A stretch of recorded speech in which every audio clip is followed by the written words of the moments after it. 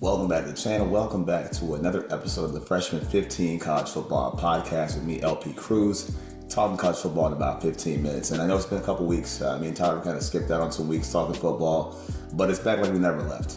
So much happening last week also in college football. A lot of close calls, late finishes, games went down to the wire against teams you wouldn't expect to do that.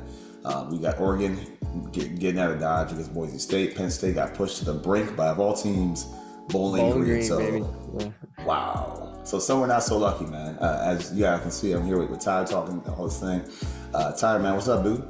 Not too much, man. We didn't skip out. There's a lot of things that happened in those 2 weeks. Like you moved. I lost power one night we were going to record. We lost power, and then the next night I had a baby. Wow. I mean, and like you said, you moved, and so yeah, we missed some stuff. But there's a lot to cover here, so I'm ready for it. Yeah, man, it's a lot. So I want to hop back into last week. So, we didn't link up for the show or nothing like that, but I'm sure the game you would have had spotlighted would have been Texas and Michigan. Yep. Obviously, right? Yep. So I'm letting you go ahead and dive in. Tell me how you saw that game to start. Oh man, when week one hit and Michigan struggled against Fresno State, their defense saved them in that game. You're like, man, Texas is going to come in here and roll them. And then you kind of get the feeling around here, because I live in Northwest Ohio, you get the feeling that the people had Michigan as like, hey, they're not really a top 10 team. They're there for the matchup, for this ratings, for this college game day to roll in there. So, I mean, they go on the field and they look absolutely dreadful. Davis Warner, I think he's a 3-star quarterback. He doesn't look the part at all for Michigan football. That offense looks completely different than it did last year. They struggled. Like I said, they struggled against Fresno State, and then Quinn Ewers and that high flying Sarkisian offense and that defense that's flying around. They just took Michigan in the woodshed, and Michigan's in some real trouble if they can't pull something out of here real fast to change their season. I think a lot of it is the changing of the guard, like just switching over all the pieces. I mean, you lose a lot.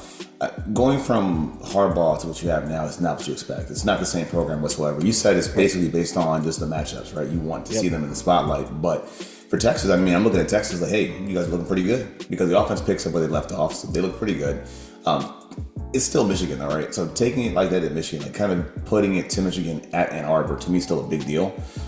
They won the game pretty decisively. I mean, it was about 14-3. Then you had the turnover with Colson Loveland. It flips the entire game. And what you said pretty much, I think you hit it on the head. They can't play their brand of football when they're trailing with a 3-star quarterback. Correct. So that element of, that fist fight they want to drag you into with their defense and the running game, it no longer exists.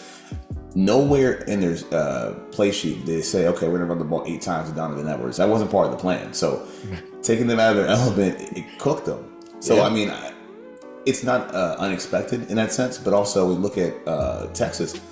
That's the best game you can possibly have. Like, Quinn Ewers isn't having to do a whole lot to win the game. He's just kind of managing the offense. Mm-hmm. And that's what you expect from guys, like, as far as getting your receivers, Bond there, the tight end. It's just easy for him. He's cool in the pocket. He's not doing too much. He's a very talented quarterback, but he's not overextending his talent to win a game. Like, he's just kind of playing it by the ear. And I think that's the most important thing. Like you said, managing the offense. That's a big time win for them. And again, to me, I think it's as complimentary football as you can possibly get to win that game. So big shout to Texas on that W. Yeah, I mean, and that's a big primer, because Michigan's defense, they're still no slouch. They still got Saracen or whatever his name is, that corner that's really good. But that's a primer for that Georgia game that's coming up that everyone's going to be highlighting, Texas, Georgia. So yeah, I mean, the big one I think that everybody wants to talk about last week. And I did record like a single episode, but I didn't publish it or anything. And I gave Marcus Freeman his props. But they come out, they beat Texas A&M. He finally wins the big game after 3 years. He loses twice to Ohio State, and then he comes in and he beats Texas A&M, and the media is talking about, and then they go out and they smell their own farts and wonder why it stinks. And then there they are, and now they go from top 5 program down to 18 and wondering, what happened. And they're supposed to be on cruise control, and now, you have USC who's looking good. Lane has that defense looking like a real team for once. Right, and it's, that's the big loser for me.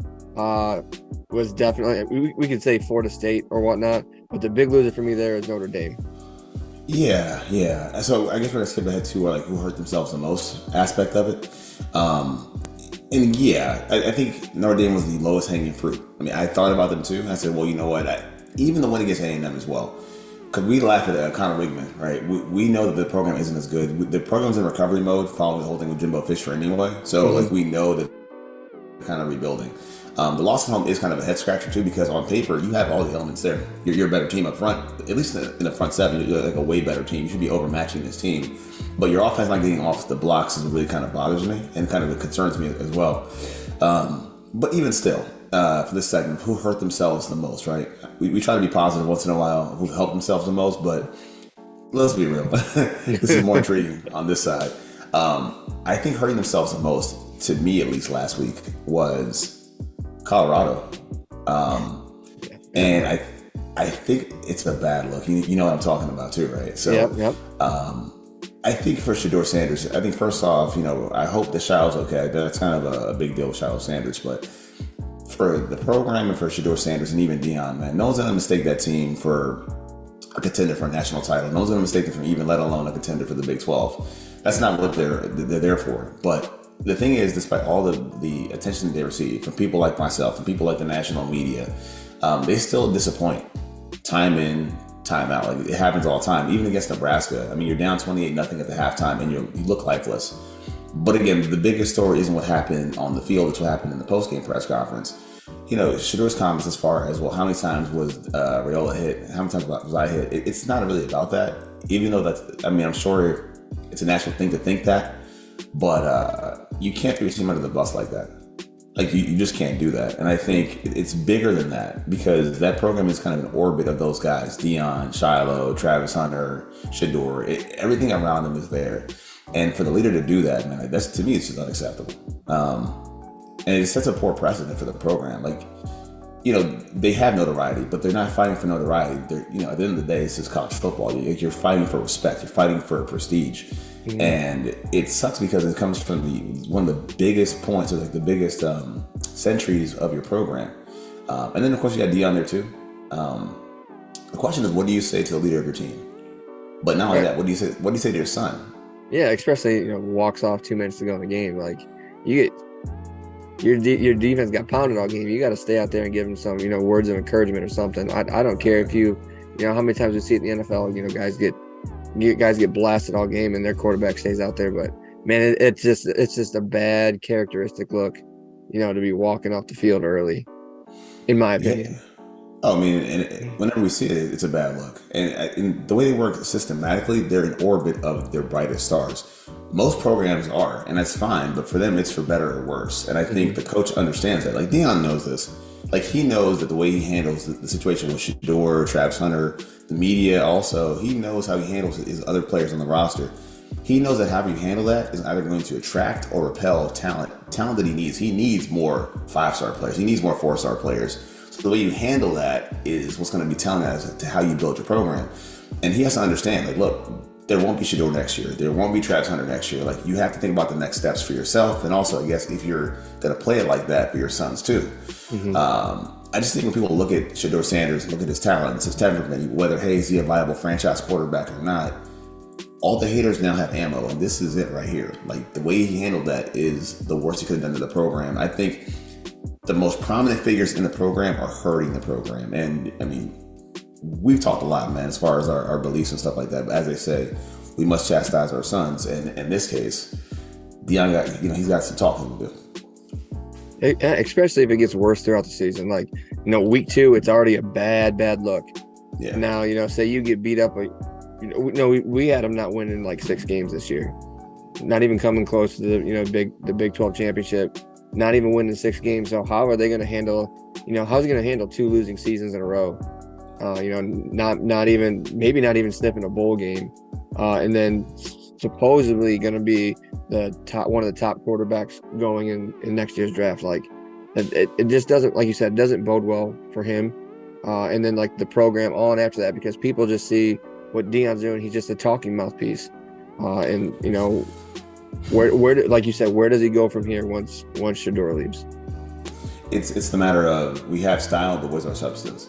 And that's the thing. And again, people like myself who are a fan of the Cowboys and fan of Dion in the '90s and stuff, like the glitz and glamour, all the glitters is not gold, and the luster does wear off over time. So it's, again, what's your next move? What's your next step? And I think to his credit, he's got a good staff around him. And I think the thing is, they don't adapt either. They haven't really adapted to what they do. Like, there's no running game there. They're not really getting the ball out of Shedeur's hands quickly. They're just doing the same thing over and over again. And it's almost like, again, you and I play sports growing up, and we've always played against, like, the coach's kid. And a lot of times the coach's kid gets all the attention, all the opportunities, but it's at the expense of the team. And I just wonder if that's going on, whether, again, it's intentional or not. Some would say that it is. I'm down the middle on that, but again, it's just how you're handling this. And again, it's not about just the players; it's about the program and, of course, the fans. You know what I'm saying? So, yep. Now, did you? I know we were off air, but did you pick an upset pick last week? Oh, upset? No, I did not do an upset last week. No, it was kind of a lackadaisical schedule, almost like this week. It's a lackadaisical schedule this week too. But yeah, But to go off like that segment still, I want to praise someone. I do want to praise Lynn, the defensive coordinator for USC. Like, they do look like a viable team, because last year I think they just played Utah State. Like, last year USC, they would score 30 points in a game, but then they would give up like 28, and you'd be in a shootout with a team that you're supposed to beat by like 30. And but he has that team flying around. I know the level of competition, and they did beat LSU. Yeah, they beat LSU already. But it's they're rolling in the Big Ten play. The Big Ten play starts this week. Indiana plays UCLA. That's like the first introduction to those teams coming in. But I do want to praise them for, I give them USC a lot of crap, so to speak, for Lincoln Riley. He's always like on a high horse, and it kind of just rubs me the wrong way. But bringing in a defensive coordinator and having a complete team, what it seems like right now, is good for that program. Yeah, man. Props to him on that one. Before we skip to this week's games, so I did have an upset pick. I'll be quick about it because I want to kind of hide from it. I took NC State over Tennessee, and it was bad, man. Yeah, it was bad, man. And I'm sure, look, if it was you and I on the pod, we probably would pick the same game. Yeah. I think what it was is I gave him the benefit of the doubt and said, hey, you guys are, all these transfers. I think he had like 25 transfers. So it was like a big change happening at NC State. And I thought, okay, the week before that, they're just kind of getting to figure themselves out. They'll kind of figure it out. I watched them play, and I think that's part of the whole growing process of, busted coverages, miscommunication. And it got so bad, like, you could tell, like, the guys were, like, tapped out. Like, we're quitting, the way they tackled and stuff like that. So, yeah, I got to own my L's here. It was a rough game for NC State. 51-10, so... Yeah, I think it was close to a certain point, and then it kind of just like the floodgates broke. But I do have that recording still on my computer, and I did say that was the sleeper game for the day. Yeah, I do remember that. So like, if I want to, I'll throw it in there. But yeah, I did say it was a sleeper game for the day, and I feel bad about that too, because I'm glad like I didn't hear that. 51-10, man. Gotta keep it a buck, man. Gotta keep it a buck on that one. All right, man. So finally, end of this week. So I think we may have the same game for the Saturday spotlight, but so I will lob it up to you. What do you got? I'm gonna say LSU, South Carolina. I think that's the game everyone's gonna watch. Game day is Bama, Wisconsin at Camp Randall. I think Wisconsin's about to get their doors blown off them because they have struggled so far this year. So LSU, we're gonna see if Nussmeier and Brian Kelly can, if they can continue to build on that momentum that they have, and South Carolina, they're 2-0. They got a very good running back, and it was just to see a good SEC matchup where these two teams are actually going to stand here, and I think that's the game that everyone's going to be watching. Because, like I said, it's a kind of a lackluster schedule. We'll get to my upset pick a little bit later, but I do think it's going to be. I think the game to watch is LSU, South Carolina. All right, so we're going to kind of flip here a little bit. We're going to go crossways because this is actually my upset pick. Okay. So I'm actually going with South Carolina. Funny thing is, in our NCAA league, I played this game against friend of the channel, Cliff, good dude. It's actually our user game in our NCAA league, so shout out to him also. But I got the W, so I'm gonna go with it in real life. South Carolina, I think it's just the way they're playing right now. It's kind of around the quarterback too. Like they're trying to protect their quarterback with good reason. I mean, it's a freshman quarterback kind of finding his way. He's second on the team in carries. I mean, they're not efficient carries, but they're carries. And I think Beamer's plan is to kind of let him kind of settle himself down, like let him be his best self. So that's kind of their identity. But the true identity of the Gamecocks now is their defense, and that's what I'm seeing. Dylan Stewart, Kyle Kennard, between the both of them, they have 6 sacks between the both of them, so they're getting a lot of pressure. Lots of forced fumbles. And on the outside, they're very big, too. Like, their corners are big. Like, they're really big type of corners. O'Donnell Future, I think, is a good player. I know it's going to be hard to kind of contain Nussmeier, along with guys like Kyron Lacey, Mason Taylor at tight end. But I think if you can kind of push the pocket a little bit on Nussmeier, kind of give him some pressure, guys like Tonka Hemingway, I'm going to give him a shot, man. I'm going to give him a shot. And also, mind you, the game is close. It's a 7-point swing, so yeah, it's a close game. I'm going to go with Carolina on this one. Yeah, so if we're going to swing in the upset picks here, I believe mine is going to be Colorado State over Colorado. Now, I just think there's so much going on. Like we see like what Dion says and all that kind of stuff. And I don't mean to harp on Colorado, but they bring it upon themselves. And that's it. I think last year they played them close. I think Colorado State played them close last year, if I'm not mistaken. That was a game where Travis Hunter got hurt. He got hit, and I mean the guy hit him. They linked up. They were cool afterwards. Yeah, it was tight. It was very tight. Yeah, I just think there's a lot of stuff going on behind the scenes, and I think that Colorado State, they'll play up for this game. If they are the underdog, they'll play up for this game in-state. It's an in-state rivalry, probably your biggest rivalry game you have. And I just think that Colorado State is going to beat Colorado. So I do worry about them going to Colorado Springs. It's funny, I'm going through the games, and because I kind of scrolled through the games and I saw some, I was like, ugh, this one might go south. Yeah, so I do believe it. Like, the same way you make a lot of USC last year, and like their defense giving a lot of points. Like they'll drop 35, but they'll allow like 31. That's been Colorado too the last couple of years, I think. Mm-hmm. I mean, if you look at them, that's been them. The thing is, they protect their quarterback a lot worse than USC was doing. But I think this is a game where, again, rivalry game, a lot of turmoil happening, and right now, I think in Shedeur's mind, I think he's playing for more, but he may be playing more for himself than the team. And I think that's kind of what you're looking at. How do you bounce back from that? There's just a lot of drama there. And, I don't want to make a mountain out of a molehill because, again, they're not a team you expect to compete anyway. They're a program who struggles to just even get by in their conference. Mm-hmm. But, again, star power, the intrigue, it makes you talk about it. But this also makes you think. And I do think you're onto something. I'm with it. So who was your Saturday spotlight for this week?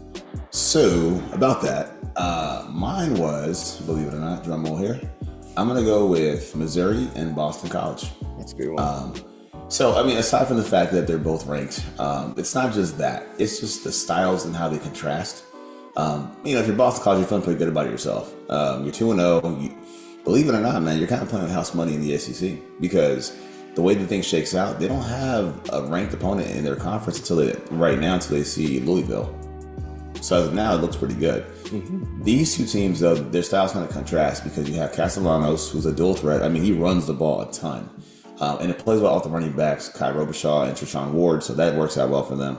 And then on the other side, you have Brady Cook. And I like Brady Cook a whole lot. I think he's a smart kid, accurate, pretty good arm, and again, he takes care of the football, so he doesn't jeopardize the team too much.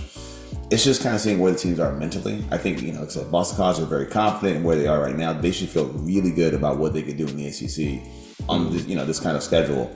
And then for Missouri, I think it's just pressure, to not overlook BC a little bit, because their schedule gets really tough. I mean, SEC obviously, right? So it's gonna be tough. Plus, you have a visit from Oklahoma in between there.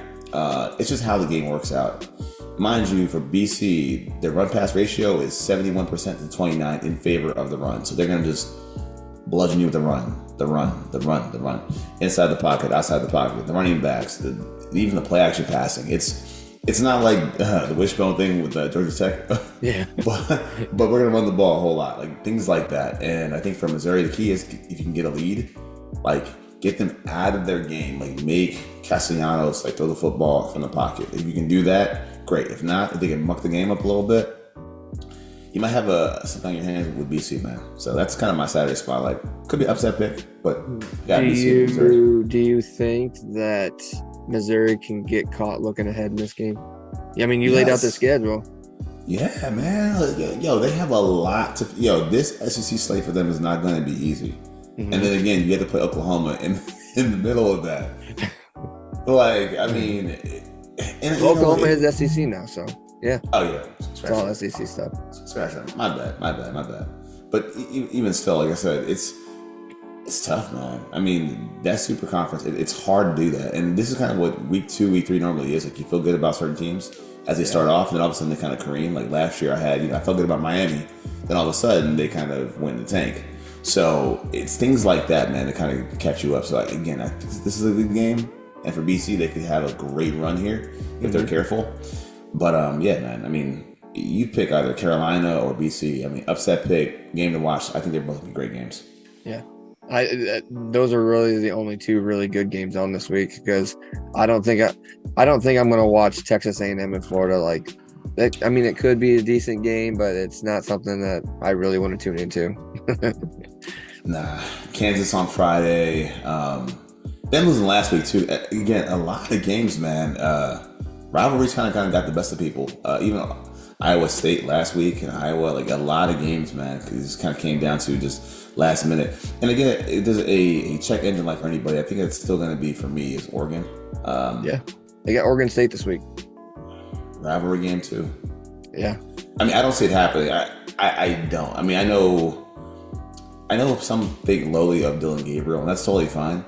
But Oregon State has lost so much through the transfer portal that I don't see how they can, win that game. Again, check engine light for Oregon is there. I can see it, but not this week. I doubt it, man. Yeah. Like I looked at it and I said I haven't even watched Oregon State play this year, so I don't even know what I didn't even check their record. But yeah, so I stayed away from that game. But yeah, it's about to heat up real quick with in-conference play coming in really fast. Yeah, I think starting next week. Oh, sweet, perfect, man. Dude, other than that, any last thoughts you want to share? I do. So the big thing. I should be happy. This is exciting. Maction, baby. Tuesday, Wednesday, Maction this year is going to be fire. We got Bowling Green playing really well. We got Northern Illinois playing really well. Western Michigan, they put up a fight against Wisconsin. I mean, as college football fans, we get to see that on Tuesday and Wednesday nights. So we get football every single night with quality football play. So I'm excited. Now until January? No, it's November. It starts in November. Yeah, it starts in like the first week in November. It starts, and then we get football every single day of the week. And I couldn't be more proud of my Mac boys, my big uglies. Bowling Green, best time of the year, man. Yeah, best time of the year. All right, guys. Also, with that said, man, thank you guys for watching. For me, LP Cruz, my man Tyler Moore. This has been the Freshman 15 College Football Podcast. Peace.